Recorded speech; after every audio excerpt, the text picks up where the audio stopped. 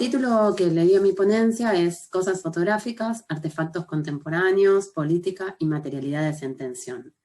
Se trata de una presentación exploratoria sobre ciertos artefactos fotográficos producidos en las últimas décadas en Argentina y que tienen una particularidad. Conjugan el arte y lo político, poniendo en primer plano el carácter objetual de la fotografía.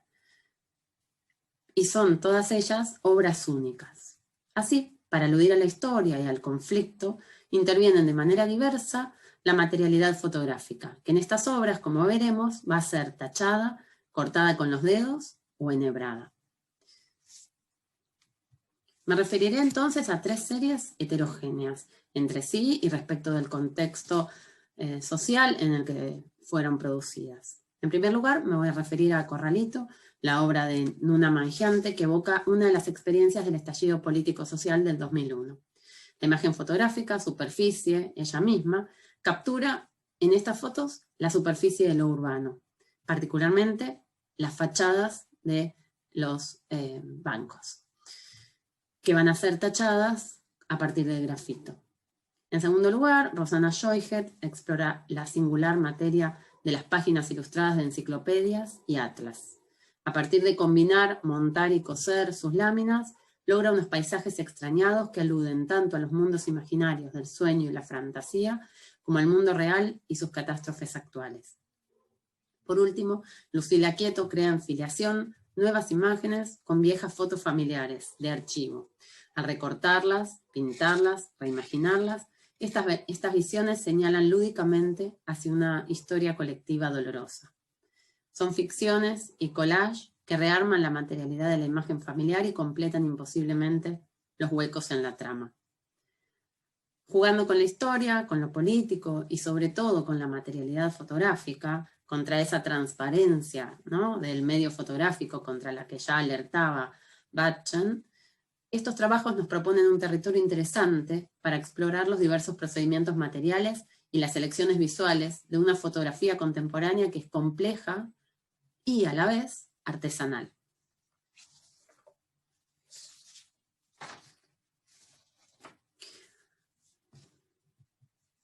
Didi Urman sostiene que la corteza está en alguna parte de la conexión entre una apariencia fugitiva y una inscripción sobreviviente. Retomar esa idea de la imagen como superficie y como corteza, como algo que ha estado y que es la capa visible de algo vivido, para analizar la obra de Nuna Mangiante, ya que serán las superficies fotográficas de las obras lo que permita pensar nuestra historia reciente en crisis. En particular, por las tensiones que la obra de Mangiante pone en juego en la superficie de la fotografía.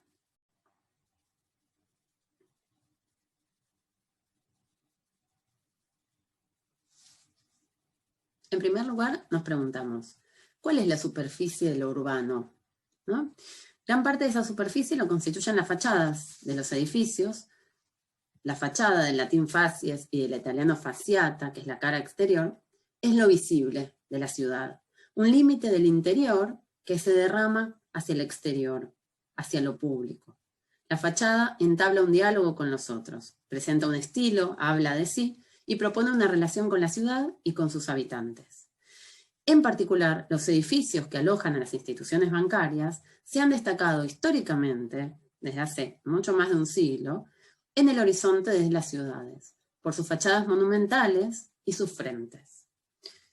Será precisamente un elemento que en el 2001 y 2002 se agregará a las fachadas de los bancos, un elemento particular y paradigmático de la poscrisis argentina, aquello que se pondrá en cuestión en esta serie.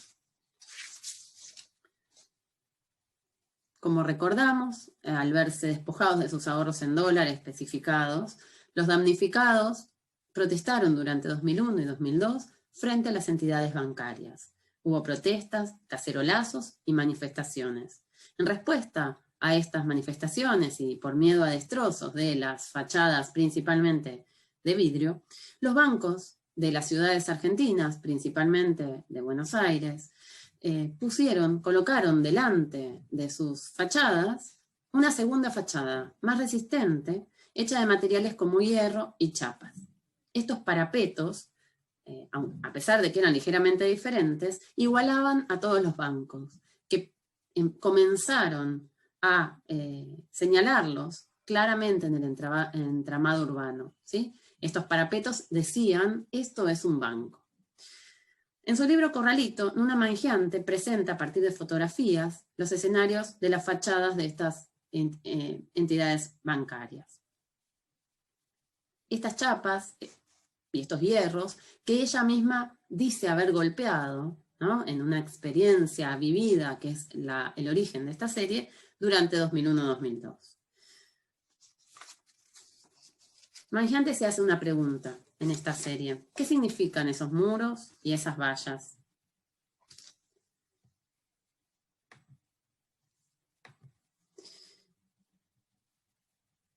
La propia arquitectura, como decíamos, de los bancos, inscribe de esta manera, o inscribía de esta manera, la centralidad de su poder en el tramado urbano. Las nuevas adendas, fortificadas de estas edificaciones, violentaban aún más la relación desigual con el entorno.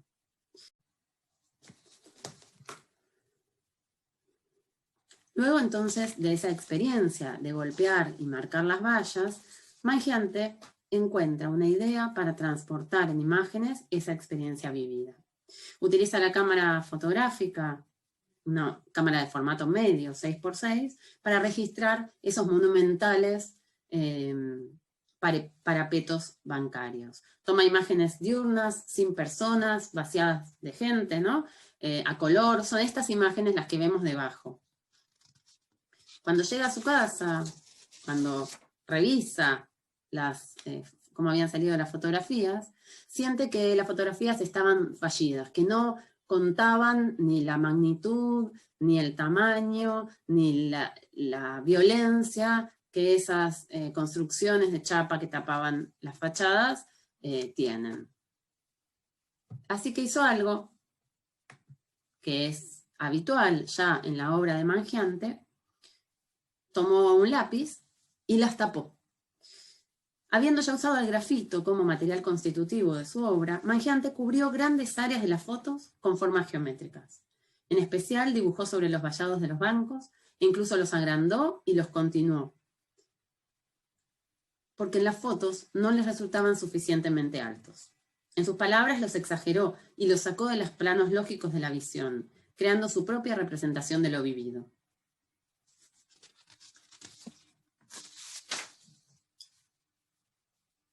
Por un lado, lo tachado tapa aquello que es justamente la particularidad arquitectónica de la crisis bancaria y del Corralito. Los vallados, que son los protagonistas de este libro, son aquello, lo único que no se muestra, y que sin embargo aparece más monstruoso que nunca, en una extraña metamorfosis, mutando de forma y de materia. Liso, gris y luminoso, el grafito además borra lo marcado. Justamente la huella humana de la protesta, ¿no? Las abolladuras y las inscripciones en esa suerte de palimpsestos que eran las chapas. Y borra estas huellas, digamos, de los manifestantes mediante la incorporación de un trazo que es el de la mano del artista, que antes ha golpeado esas chapas y ahora las tacha, las dibuja con grafito. ¿Por qué el grafito entonces viene a suplir aquella violencia que las fotos no parecían capaces de transmitir? Porque esa intervención en la superficie de la materialidad fotográfica. Tal como hacía, según Batchen, el pincel que pintaba la fotografía, las intervenciones con grafito de Mangiante subrayan el carácter material de lo fotográfico y nos instan a pensar en su superficie como pintable, como intervenible. Por el pulso mismo del dibujo y por su grado de abstracción, las intervenciones son evidentes, se destacan e insertan en la superficie natural, en la superficie fotográfica como un apéndice. Los insertos grises no se plantean, ahora sí, como una segunda capa natural, sino como aquello que violenta geométricamente lo que se muestra y lo que no se muestra. La sublevación visual, además de dar vida a un nuevo e impostado parapeto, es aquí correlato de la sublevación física de los ahorristas contra las chapas. Un gesto de violencia contra lo fotográfico tacha la foto como el martillo bien de la chapa. Una sublevación e intervención que, por otra parte, no deja de ser controlada o con límites precisos, claramente. Las vallas segundas, estas grises de grafito, esta tercer fachada, ¿no?, de las instituciones bancarias, dotan además a los edificios de una virtualidad. Les quitan el asidero urbano, las deslocalizan.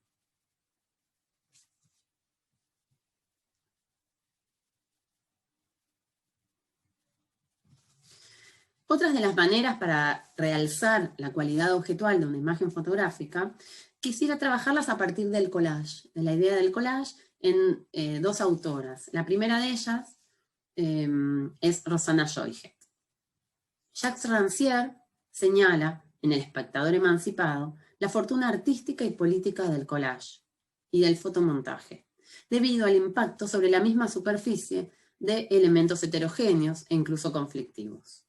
Una de las pioneras y máximo referente del fotomontaje en Argentina, lo sabemos, Gretchen Stern, ha conseguido forjar a mediados del siglo XX un consistente trabajo como fotógrafa. Su serie más conocida, posiblemente, sea Sueños, ¿no?, estas ilustraciones en la revista Idilio, a mediados del siglo XX. Rodeadas por sus objetos domésticos y sus consumos culturales, las mujeres de Stern portan un cuerpo femenino padeciente y encarcelado, envuelto en vértigos y amenazados por un poder masculino que las constriñe. En algunas pocas ocasiones el cuerpo aparece liberado o deseante. Estos collages tomaron importancia cuando, a fines del siglo pasado, a fines del siglo XX, fueron recuperados y exhibidos ya ahora en el circuito artístico, resultando una notable influencia para las nuevas generaciones de fotógrafas y fotógrafos, y en particular para las dos artistas que veremos a continuación, quienes explícitamente mencionan estos collages de Idilio. A lo largo de su carrera, Rosanna Joyhet se interesó por explorar diversos mundos a partir de la imagen fotográfica. Utilizando la fotografía analógica, investigó las modulaciones del espacio urbano y retrató tanto a jóvenes promesas del campo del arte como a políticos, famosos y gente de la farándula. Otros de sus proyectos empezaron a explorar más allá de los límites de la fotografía tradicional, como este de 2007, que se llamó Una mujer bajo influencia, y donde fotografió a gran formato las figuras que formaban partículas de hierro al ser imantadas sobre un lienzo. Aunque de lejos parecían dibujos sobre bastidores, al acercarse a la obra se revelaba la materialidad de lo fotográfico. A partir del 2010 comenzó a hacer siluetas inspirada en los retratos de la época victoriana, en estas siluetas cortadas a mano, y esto último le abrió un camino hacia la fotografía artesanal, hacia la obra única que se profundizaría en los collages que veremos a continuación. Hubo un momento de su carrera en donde ella se sintió en crisis con la cámara fotográfica y especialmente con la calidad impresa de los medios de comunicación con los que podía trabajar. Hojeando libros viejos, libros de saldo, se fascinó con las ilustraciones, con sus papeles gruesos y con la calidad de su imprenta. Son técnicas de impresión difíciles de encontrar en la actualidad.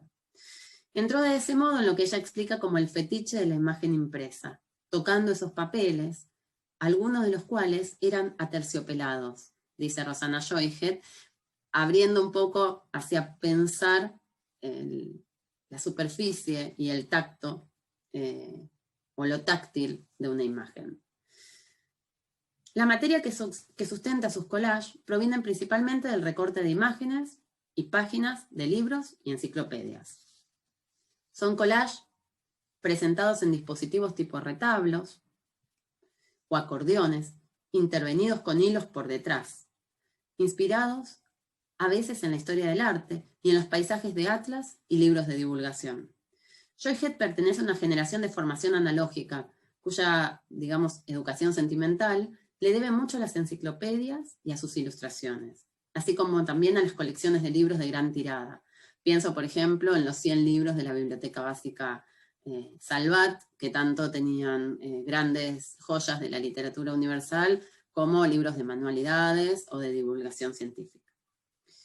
Y hay algo en la estela de Borges también y su maravilla por la enciclopedia y los diccionarios. Voy a poner en general la parte de adelante del tríptico, y esta es la parte de atrás. Joyhet se inclinó por trabajar con libros de geografía y también fascículos y libros de arte que tuvieran ilustraciones en papel opaco.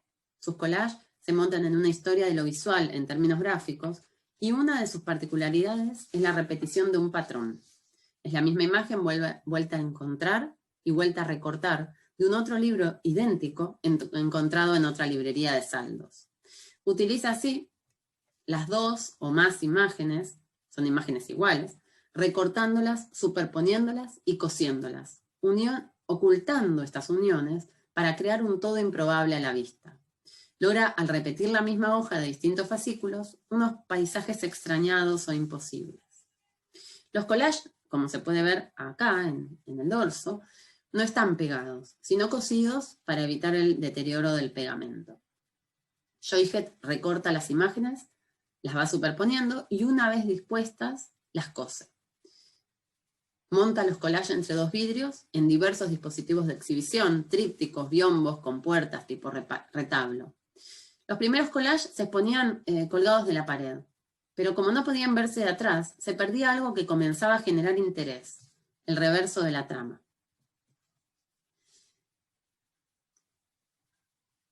Porque en el dorso de los collages se ven los fragmentos cosidos y a menudo otras ilustraciones que aparecen azarosamente en el reverso de la hoja ilustrada. Además de figuras y colores, aparecen entonces, superpuestos y entretejidos, los hilos que aquí atrás pierden su carácter invisible. Uno de los últimos collages, y sobre el que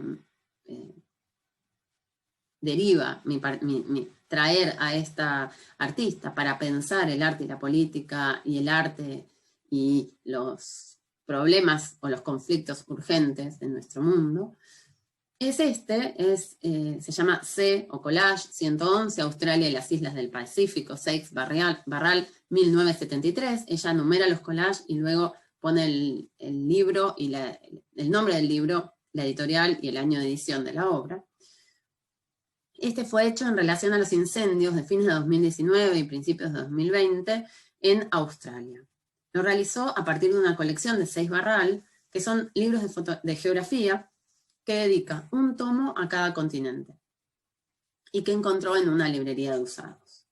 De allí tomó las ilustraciones de estos paisajes australianos y fue combinando las hojas a color con otras en blanco y negro para armar un degradé que va de la izquierda, es decir, el verde vegetal que ocupa la izquierda, hacia el gris plomizo que evoca las cenizas y los incendios. Las imágenes son las que mandan, dice Rosana. Me volví animista, explicando su modalidad de trabajo. Antes que planear por adelantado la hora final, va reciclando las imágenes. Me recuerda a Christian Boltanski, que se definía a sí mismo como un reciclador antes que como un fotógrafo, y las combina a partir de su misma forma. Es en la superposición de capas fotográficas de esta obra única, artesanal, que aparece el paisaje y su potencia crítica y material. Este es un detalle. Esta es la parte de atrás, el de Australia, que además tiene algo de flora y fauna de lo perdido con los incendios. Y este sí es un detalle. Por último, el segundo conjunto de collages fotográficos corresponden a la serie Filiación de Lucila Quieto, quien interviene y rearma imágenes familiares alrededor de la figura de su padre, desaparecido por la última dictadura militar, para pensar desde allí los enigmáticos caminos de las filiaciones y lo heredado. Quieto trabaja desde sus inicios con la fotografía y el collage. Esto es, por ejemplo, Arqueología de la Ausencia, una célebre serie de ella, donde ella y compañeros de militancia de la organización Hijos, son hijos e hijas de desaparecidos que se retratan junto a fotografías de sus padres, ¿no? Como una suerte de retrato familiar imposible o tercer tiempo que ella a una en este montaje de tiempos heterogéneos al principio de su carrera, en el 99.